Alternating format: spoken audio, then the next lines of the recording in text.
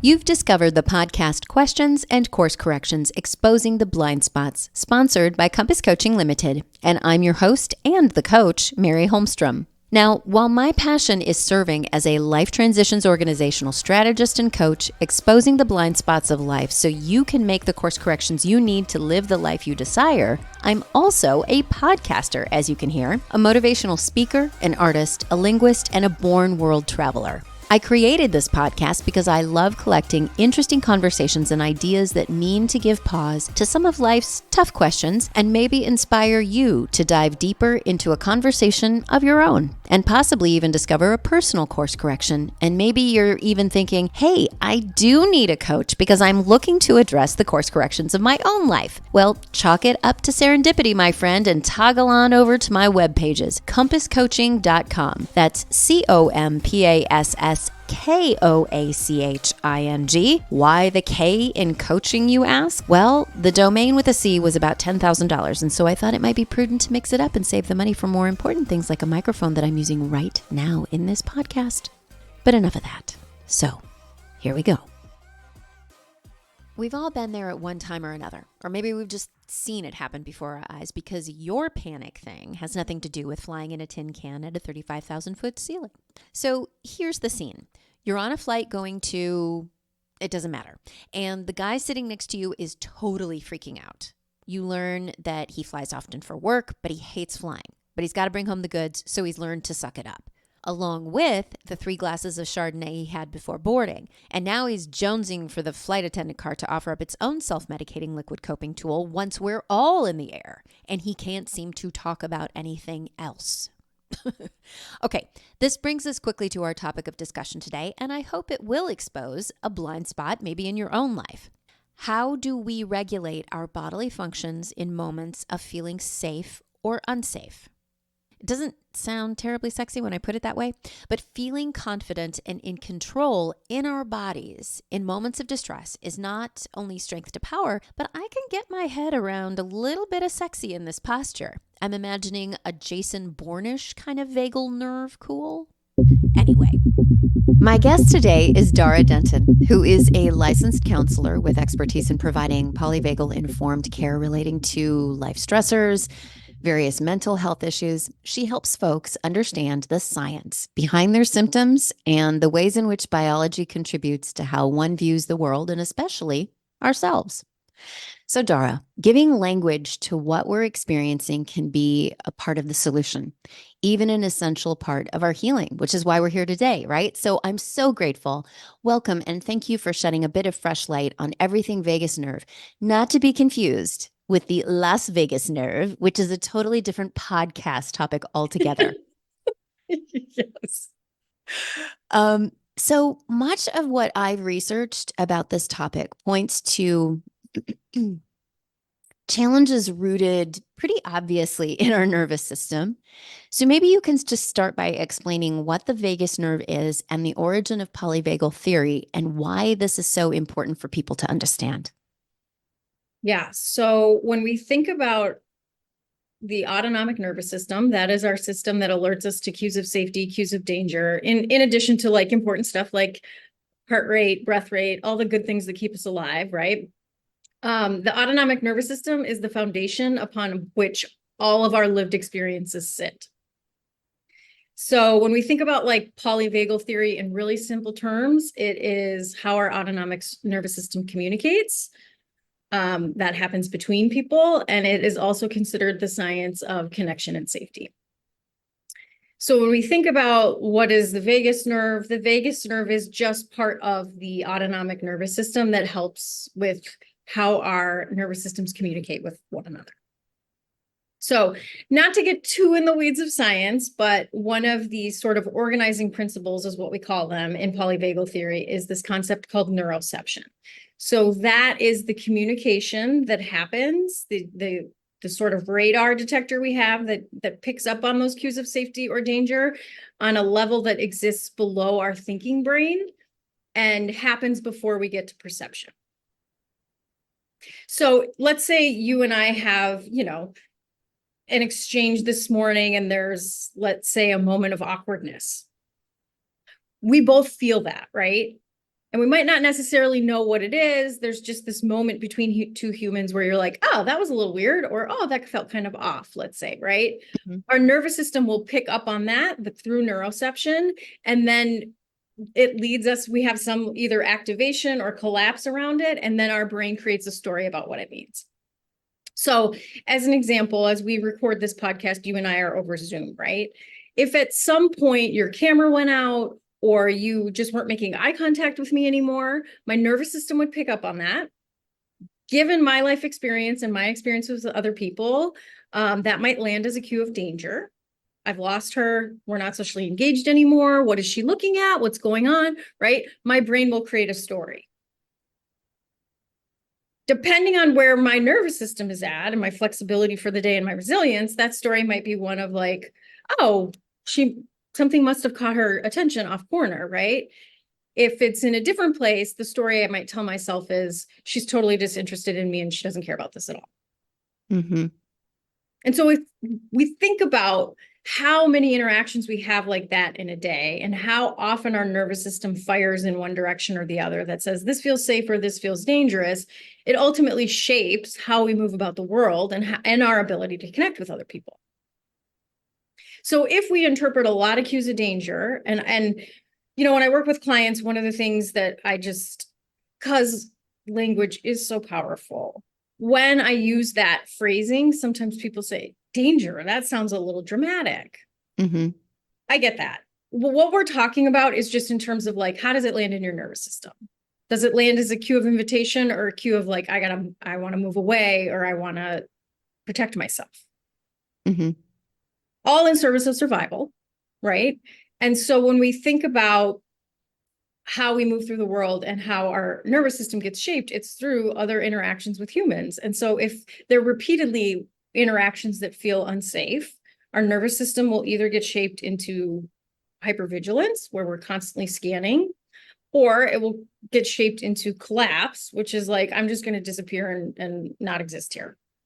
If we have, you know, primary caregivers who meet our needs and help us regulate our emotions, and we move through the world in a way that it feels pretty safe most of the time, we have a lot more resilience. Our nervous system is a lot more flexible, and we view, you know, ruptures in relationships or minor moments of missing one another as like, oh, that's just part of what happens. So, what is the difference then between a one-time or an occasional occurrence, I guess, of stress-related vagal nerve correlation and a mood disorder?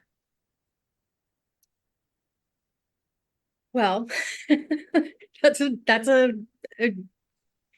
deep question. So a one-time occurrence is something lands as a cue of danger, and you know, we'll have a little activation around it, or like I said, we can go into collapse, and essentially we can recover from it because we'll find a cue of safety in the environment that outweighs whatever that cue was. Mm-hmm. When we think about a mood disorder like depression, right? Think about symptoms as it's just your nervous system's way of communicating. Okay. Its symptoms are viewed as a dysregulated nervous system. Right. So, what can that look like to, first, I guess, flipping the side, what does that look like to an observer? Like, is it a panic attack? I suppose, okay, so let me back up. I know there's a lot of different variables. Everybody Sure. has a different life experience. People relate to trauma differently in their life. One person's trauma, while it may seem dramatic, maybe was affected by X back here that happened. And other people would view that as like, that was just such an incidental moment. How can you be affected so traumatically by this? Right. So is it also like tied into these coping and these coping skills and patterns that we develop for ourselves? I would think. Yeah. So when we think about coping strategies, that's all just that's our way of trying to find our way back into regulation. So if you are, let's say, a highly anxious person, that's what we would call, so I'll back up, two branches of our autonomic nervous system, the parasympathetic and the sympathetic. Mm-hmm. Sympathetic is what we think of, most people are familiar with, like fight or flight. It is survival through mobilization. Our parasympathetic is composed of our ventral vagal, so part of the vagus nerve, right? That is the communicator, and our dorsal vagal. So when we're in ventral, when that part of our parasympathetic is activated, we feel regulated, connected, social. If our dorsal vagal is engaged, that is survival through immobilization. So basically the idea like collapse, pretend you're dead until the threat passes. Right. Okay. That's where depression lives. Like fall to the ground when the bear is there, like don't move kind of Yes, thing. exactly. Okay. So that's where depression lives as an example. What do we see in people who are experiencing depression? It is impossible to complete tasks. It's hard to get out of bed. It's really challenging to engage in self-care and bathe or care about ourselves. The story we tell ourselves is the world is, it's hopeless. I shouldn't even try, and that kind of becomes a universal story when we're in that place. It is the emergent property of dorsal. It tells us everything is really challenging. It's like moving through molasses. We feel kind of immobile. Mm-hmm. I hear some really interesting things about coaching that comes up for me in this, because when I work with clients, so often what you're describing is summed up by the assumptions that people are making, the interpretations that they're making, the limited beliefs around whatever, which is affected or associated, correlated in some way to an experience that they had, whether traumatic or not. Again, everybody is different and unique, yet we all seem to have these like depression is a great way of, this is a big one, right? In a lot of people's lives. We all have very universal symptoms in order to see where someone might need some help, yet those things are related to whatever happened to us inside of our bodies in a very personal way. Yeah. Yeah. So from my research, I understand that the vagus nerve is sometimes called the wandering nerve because it affects a lot of different parts of the body and it interacts with that stimulating the vagus nerve that can have in a way that can have a calming effect on our body. So how do we apply the wandering nerve calming effect in our everyday life? Maybe a more efficient way of saying it would be like our nervous system management. Yeah. So we have two sets of skills, right? We have self-regulating. Those are the things we can do alone. And we have co-regulating. That is our unique social engagement system that is tied to our vagus nerve. So our vagus nerve is actually our 10th cranial nerve, and it connects to all the nerves in our face that allow us to do facial expressions, tone of voice, eye contact, right? And that's, as humans, where we look to someone else for cues of safety. So co-regulating can be a lovely, lovely, lovely way to find our way back into some sense of safety regulation, right? Think of having a rough day and you call a friend and you vent and they say, oh my gosh, yes, Mary, that sounds so hard. I totally get it. Whew. Sometimes we just instantly feel better, That right? empathy. Yes. Somebody sees me. Exactly. Yeah. I'm worth being seen, that kind of thing, right? We also have self-regulating that if we don't have people around, or if based on our life experiences, people have not been safe, that doesn't feel super accessible, we can do self-regulating. So easy ways to activate your vagus nerve: rocking, right? Taking a nice warm bath, putting our face in cold water, moving our bodies. These are all ways that we can self-regulate. And it's, I see you laughing, but it's usually the first thing to go when we're dysregulated, right? It's like, yeah. I mean, think about what we instinctively do with infants. We like abandon that for ourselves when we're in a state of dysregulation, and then have this false belief that because we're adults, we should somehow be able to like not need basic soothing care, sleep, regular eating, a nap. Yeah. Yeah. That is a great way. That's a great connection there with the infant. I'm laughing because every single thing that you mentioned, I do. I do that. I like, and I don't know if that's just the instinct that I have. Like I have lived in major big cities all my life, and one of the I would say one of the sad things about living in a big city in a metropolitan area like New York City is that you do not get the same connection that you get with regular people in a more rural setting, whether it's even just hugging people when you greet them or whatever. It depends upon the community that you're in. So do this for 25, 30 years. And, I even notice myself, it's like I don't get that connection, that physical touch. But what I noticed was, and this is just a tangential issue of this whole thing that I'm describing, which is why I'm laughing, is that even now I'll be in a yoga class with 60 other people. And my teacher will say, "That's lovely, Mary." Or she will say, but she will acknowledge me in a room full of 60 people. I don't care if I'm good or not in yoga, but she has seen me. And there's something that happens to me viscerally. I mean, is this what's happening? Is this as an example of what Yes. you're talking about? Mhm. Because that's If what you it think feels. about like from an evolutionary perspective, right? We had to be part of a clan to survive. Mhm. We had to be part of a group. And so when we feel disconnected from other people, that is a deep, profound threat. Our nervous system turns on, right? And in basic day-to-day, the culture we live in now, that can be as simple as like, yes, you're on a train commuting to work with 50 other people and no one's making eye contact with you. Right. That can look like, making a bid for a hug from your spouse and they ignore it. We will have a nervous system response to that. Right. The flip side is that when we have moments of connection, even if they're small, right? Even if it's like the barista you see every day, you guys don't really know each other's names, but their face lights up when you walk in to get your coffee.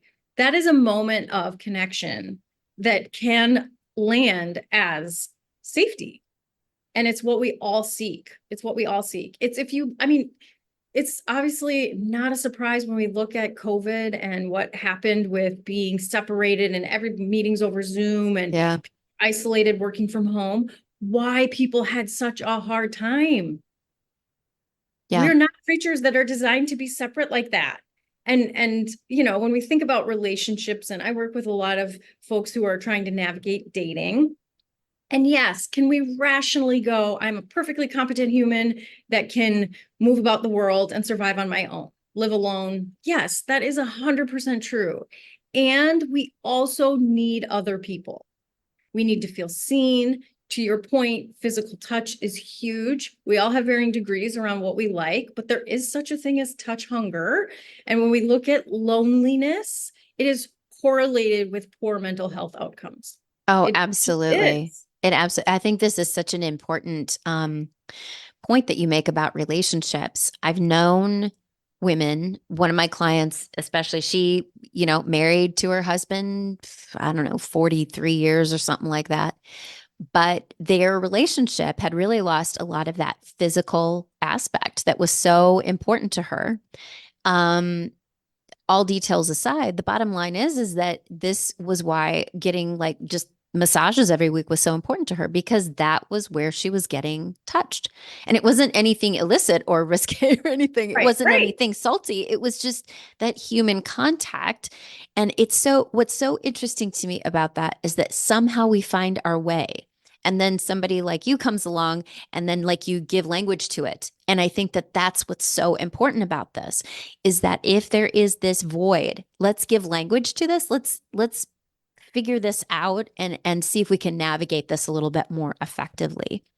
Um, so since the autonomic nervous system is designed to protect us, this fight or flight, safe, unsafe, um, what is a good first step that people can understand in order to keep that in balance in regulating that system, I guess, if they are keenly aware of it now that we're talking about the and they hear this, what is a good first step? I mean, the first practice I always walk clients through is what's called just the basic skill of notice and name. And by that, what I mean is to just start to pay attention to what feels like a cue of safety in my world and what feels like a cue of danger. Because even just having that fundamental understanding then helps us go, oh, well, that's why I reacted this way, or that's why my heart's racing. I'm in sympathetic. Like this person just cut me off and gave me the middle finger, and now my heart is racing. And that is totally reasonable. that then when we start to put language to it, to your point, or like the language that is, oh, I've known this experience my whole life, I just never knew what it was called.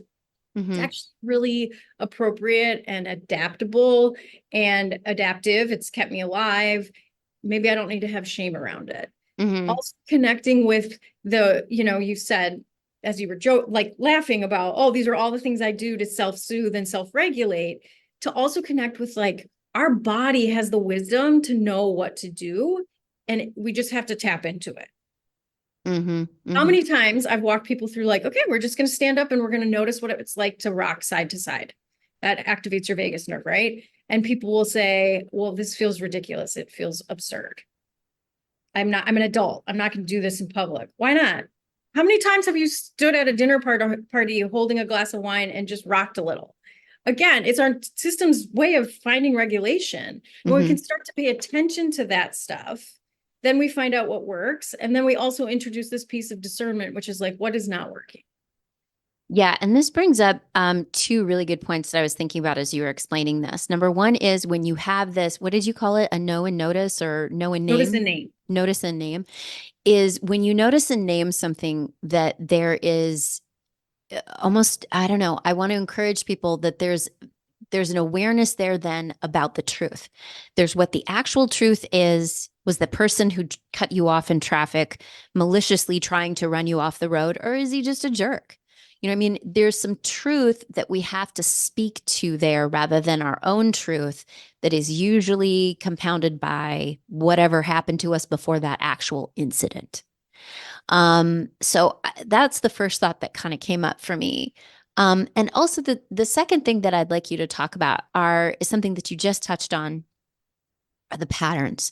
So soothing. So for over 20 years, I smoked. I love smoking. I finally quit because it was at some point I knew I was in bondage to something. It wasn't social anymore. It was like I was a private drinker. It was like it had really digressed into something that was not serving me. And I had to not want it more than I wanted it. Although my caveat was, if I'm in Paris or New York, I can smoke. That was how I like psyched myself up for that one. And I'm not in New York or Paris very often, but it worked for me. But that is a pattern, that is a coping mechanism that I relied upon, especially with all the chemicals in the cigarettes. When I became overly emotional and I didn't want to cry, that I could go and have a couple cigarettes, and I knew the chemicals would suppress that. So this was a coping mechanism that made me feel safe and helped me cope. Yep. Do you ever have clients like that? How do you walk people through breaking some of those habits that they're keenly aware that the truth is not very healthy, but it is coping and keeping them safe? Like, how do you walk people through these kinds of, issues? So with something like that someone can identify, this does not serve me, we have to replace it with something that does, something that feels safe and soothing. And also, right, if you were my client in that scenario, what I would say is, let's explore where you learned it was unsafe to cry. Because the thing we're trying to avoid in that instance, you talk about crying, right, is often like what your system actually needs. And maybe you're in a space where it's like at work, you don't want to cry at work because it is dangerous. I'm using air quotes, right? To cry at work, to appear weak in a work environment might not serve you. And we want to be aware of that. I'm not saying just cry whenever you feel like it, because that can lead to other things that aren't helpful. But if it's okay, well, what does crying do? It serves as a release. There's an emotion there that I want to get rid of, that I need to expel from my body. Then what we do in work together is figure out what are some other ways that you could safely discharge that energy that isn't going to be detrimental to you or anybody else. Understanding like what is the safety that smoking brings. Here's the other really interesting thing. Again, having the wisdom when we tap into it. What's really interesting is when we think about one of the things that activates a nervous system, it's lack of choice. So the fact that you give yourself the choice, right? I'm going to quit, but I'm also going to give myself the option that if I'm in Paris or New York, I can smoke again. That sometimes is enough of a choice that the nervous system can stay regulated. Yep, this is going to be a challenge, but I'm going to stretch myself to do it. If you have no choice, if it's cold turkey, right? What the system often does is just go into a survival response, and then nothing can get done when we're in that space. Yeah, I love that because that's absolutely true. And I think that's exactly how I defined it in my mind. It was like, well, if I really want a cigarette bad enough, I got to buy myself a ticket. And not that that would be a bad thing, but do I want to go to the expense? Do I want to go to the time? But it was kind of like, yeah, this in my mind makes sense because also New York and Paris are two places that I absolutely love that I associate with other things that I love smoking. I mean, I would still smoke if I could, but I just know it's not good for me. But the association there was something that helped me cope and manage and also just navigate out of that pattern and find other things that were more productive that were getting me past the hurdles. Yeah. Yeah. I love that. What is shame resistance and how does that relate to the vagus nerve? So Resilience. yes, What is shame resilience and how? Okay, I'm going to start that again. What is shame resilience and how does that relate to the vagus nerve? so shame resilience is basically our ability to treat ourselves with compassion, bounce back, and not sit in a pit of shame. Can you explain that in like a practical way? Yes. So, well, I always start with the difference between guilt and shame. Guilt is the emotion that says, I've done a bad thing. It's a healthy emotion. It can drive behavior change. It can help us identify values. This didn't feel good. Why didn't it feel good? What is my guilt telling me? Right. And we can actually make movement with it. Shame is, I am bad. And shame is the thing that tells us you don't belong to the group. Your connection here is in danger. And if we stay in shame, again, what the research shows us, highly correlated with substance use, self-injury, eating disorders, addiction, depression, nothing good. So shame is really very close to how we identify, Yes, how we see our identity. And shame feels permanent. If you've ever been in a pit of shame, it is very difficult to get out of, right? And we just think, I can't tell anyone this. If anyone knew this thing about me, they would never love me. I'm the worst, right? Versus like, oh, I did a thing that was bad. So shame resilience is our ability to say, this is a moment of suffering. Everyone has this experience. It doesn't make me an awful person. I did the best I could with the information I had, or maybe I didn't do the best I could. And can I be forgiving of myself for that? And what that allows us to do is come out of shame, move into the guilt to go, okay, now what do I do with this? And use it to drive behavior and make changes and repair and whatever we need to do, right? So when we think about shame resilience as it relates to nervous system functioning, when we apply nice levels of self-compassion, when we reach out to other people to share our shame experience so that they can see us and accept us still and love us still, right? What we do is build our ability to tolerate when we mess something up. We don't go into a deep, deep, deep state of dysregulation. And instead, we recognize it's dysregulating because I did something that isn't aligned with who I want to be or how I want to show up in the world.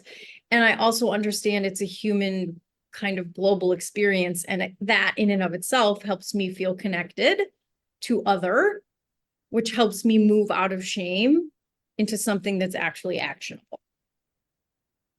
Yeah. Yeah. What would you suggest is a key to behavioral change in correlation to this? I mean, the first practice, self-compassion. The second is connecting with other people because shame loves to live in the dark and it's insidious in there, right? We can convince ourselves of anything in a dysregulated state. Yeah, we can justify anything. Right. Explain it away. And part of the reason that I love polyvagal theory is because it does eliminate a lot of shame. It's like, you know, for a lot of clients who engage in addictive behavior, there's a ton of shame there. Well, if instead it's not just this piece of you that's broken and you can't figure out how to not do whatever addictive behavior, if instead we look at it as like, oh, your system's trying to find its way back into regulation, and that's the only way it knows how. That's the way your system knows to protect you.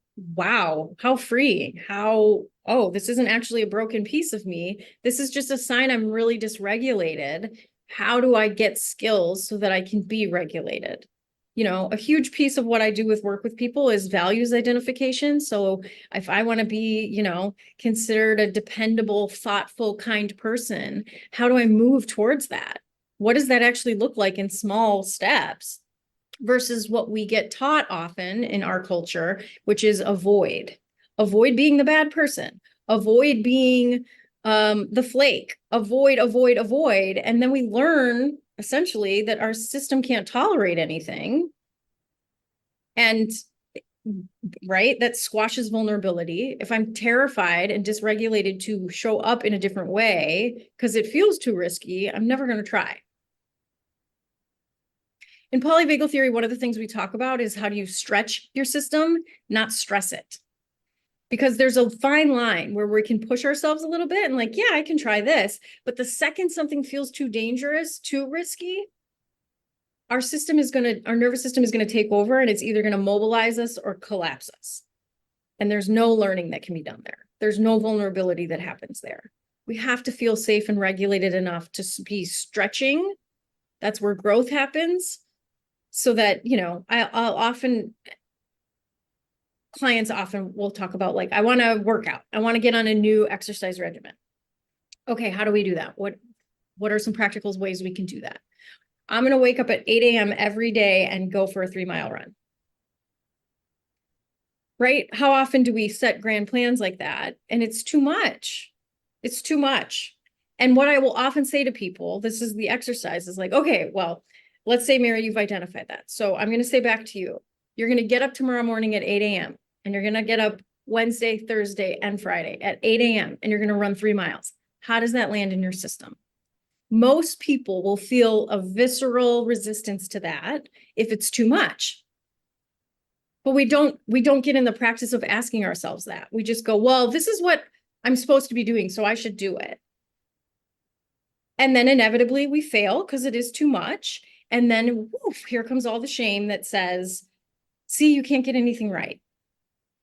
If instead it's like, well, what if tonight you laid out your clothes for tomorrow? Most people can do that. I can do that. Okay. And then what if the next day, right? And we build and we build and we build so that you stretch. And when you're doing it in small increments like that, it's easier to stay in touch with what's happening internally. So you can go, oh, you know what? That actually did feel like too much. Yoga in the comfort of my own home feels accessible. The thought of going to a class and I don't know what I'm doing, and right, nervous system takes over, it goes, whoop, alarm, this feels dangerous, people are going to see you. That feels too far. Well, then we know we're not going to set ourselves up to go to a class. Let's start in-house on a video at home. What I love about this language too is that it really aligns with my own style of working with my clients too. This really connects with me, probably because we're always coaching ourselves in our own way, because what resonates with us is what enables a course correction. So getting back to the language, I think that this is a really important point that you touch on, because we're not changing. We're not literally changing who we are. We're course correcting the direction that we have been going into. We get to take all those other bits that are in our rear view mirror and move forward with that. We still get to drive forward, but it's like when you're in a plane and you're going to New York, but you get 1 or 2 degrees off, you're going to Orlando, right? So we need to make sure that we are seeing this as not a modification of who we are intrinsically as a person. All that stuff that we carry with us enhances who we are. But getting back to sort of these first steps in this behavioral change that you're talking about, I just want to remind people that, we've talked about the first step is probably awareness, keen awareness, noticing these things. It is a response, not a reaction to the truth that's in front of us based on whatever it is that, the guy cutting you off in a lane or whatever, and then making a different choice that is going to course correct that action moving forward. I like your example about the one step forward with laying everything out on the bed first, workout clothes or whatever it happens to be. And I really want to drive this home to that one person who's listening to this, because we live in a culture where I want everything in a New York minute. Yes, I want to lose 15 pounds. So if and we put it in our apps, and it's like, if you run 3 miles every day for the next 21 days, you will lose 15 pounds. And that feels overwhelming when people get ready in the morning and it's 9:30 and then they get out there, and sure enough, I mean, it just really falls off of their whiteboard goal chart or whatever it is, because it's so overwhelming. So it is these baby steps. I think part of this to me is giving ourselves grace, like really stepping back, that empathetic action that we illustrate towards ourselves, which is kind of connected to this shame, resilience stuff and the guilt. It's super interesting. We've talked about a lot. I want to just open it up to you. Is there anything that we haven't touched on that, like, your client is sitting in front of you and there would be one particular takeaway that you would like to share with them, and this is the last conversation that you would have for them before they move to Uruguay? What would you say to them that would be the one, little nugget of goodie that you would want them to put in their bags with them? I mean, really just that our body, our nervous system is filled with so much wisdom that when we can be willing to tune into it, it will direct us. It will direct us on what we need to be doing. We often just ignore it. We shove it to the side. We convince ourselves that we're the problem, and that when we think about, it's interesting because people will come into my office to get rid of anxiety or manage symptoms of trauma, and all of that work, when we unpack it all and do all this good nervous system stuff, what it always comes back down to is the relationships in our life. If we don't have good, healthy, safe, connected relationships, we're going to have a dysregulated nervous system. That is the reality. And the solution is not locking ourselves away and being by ourselves and disconnected from other people. Which I would assume means that inclusively a relationship with ourselves. Totally. But what I say about that is, a lot of times in our self-help culture, we do you have to love yourself before you can love anyone else. Not true. We learn how to feel about ourselves through how other people treat us. And so, part of that skill development is really discerning, who are the people that make me feel really safe? Who are the people that see me? And how do I connect with them more so that my environment feels like a safe one? Because if our environment doesn't feel safe, it's going to be really hard to, challenge ourselves to make any other changes. So being really mindful about who are the people that are in my life. And if you're a person that struggles with boundaries, if you're a person that struggles with choosing healthy relationships, if you find yourself with the same kind of people who take, right? It is a beautiful invitation to start to do some of this work, because all roads lead back to that. So good. Thanks, Dara. I've really enjoyed this discussion, and I've learned so much from you today. And I really appreciate the impact that you're making in this area. Where can people learn more about you and the work that you're doing if they want to do a deeper exploration on this? Yeah, so I have my website's probably the easiest place to find me. It's daradenton.com. I'm on Instagram, Dara Denton Therapy, where I give little nuggets and some cringy social media stuff that's just a fun, less serious way of communicating. And you can, I do podcasts like this. I present at couples workshops. I do a lot of trainings for other mental health practitioners and healthcare workers for polyvagal theory through Deb Dana's Rhythm of Regulation. I'm around. So yeah, a quick Google search, you'll probably find me in a few different places, but I really, really appreciate, allowing me to come on your platform and share. I could nerd out about polyvagal theory for hours and hours and hours. And, yeah, trying to make it not too sciencey, and as you can tell, I like to talk. So staying on task is No, We I talked think earlier you about grace, so I appreciate it if I veered off somewhere, but No, it's so good. I love how you geeked out on some of that science. And I think that you've made it really accessible. So thank you. awesome. Thank you. Now listen up. How we course correct our physical body through our nervous system in the midst of any life experience is a navigational choice, not just a response to processing and determining an outcome that serves us for good or bad in real time. Our responses determine our interaction with others. It can determine patterns we establish to protect ourselves. It can determine how we live our life. You now know that the vagus nerve is one of the largest nerves in the body, playing a vital role in many of the body's functions, starting in the brainstem and travels down through the neck and into the chest and abdomen, playing a crucial role in regulating important bodily functions, including breathing, heart rate, digestion, immune response, controlling mood, emotions, social behavior. What I love about this part of who we are as humans is that it speaks not only to our unique responses in life, but even more significantly, our ability to make course corrective choices directly related to our circumstances and experience. I'm reminded that not consenting to anything or anyone which may make me feel inferior is conscious, it's intentional, and it's totally up to me. Caveat to any naysayers, I'm not talking about many of life's growing pains that may be out of our sphere of choice, such as the proverbial piano that fell out of the sky. It's understood, and I acknowledge that so many of life's hurdles are beyond what we can control. But relative to this contextual bottom line, when we understand ourselves better and the mental, emotional, physical, and spiritual confluence, we do feel safer, more confident in who we are as a gift and significant value to the world and who we choose to show up to be, not feeding into a fear factor that doesn't serve anyone, least of all ourselves.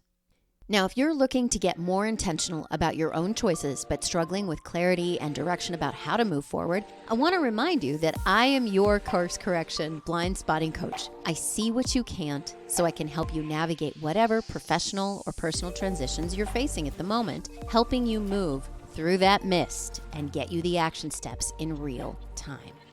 Thanks for listening to this episode of Questions and Course Corrections, Exposing the Blind Spots. Let me know what you think of this episode in the comments, and until next time, keep exploring your own true north.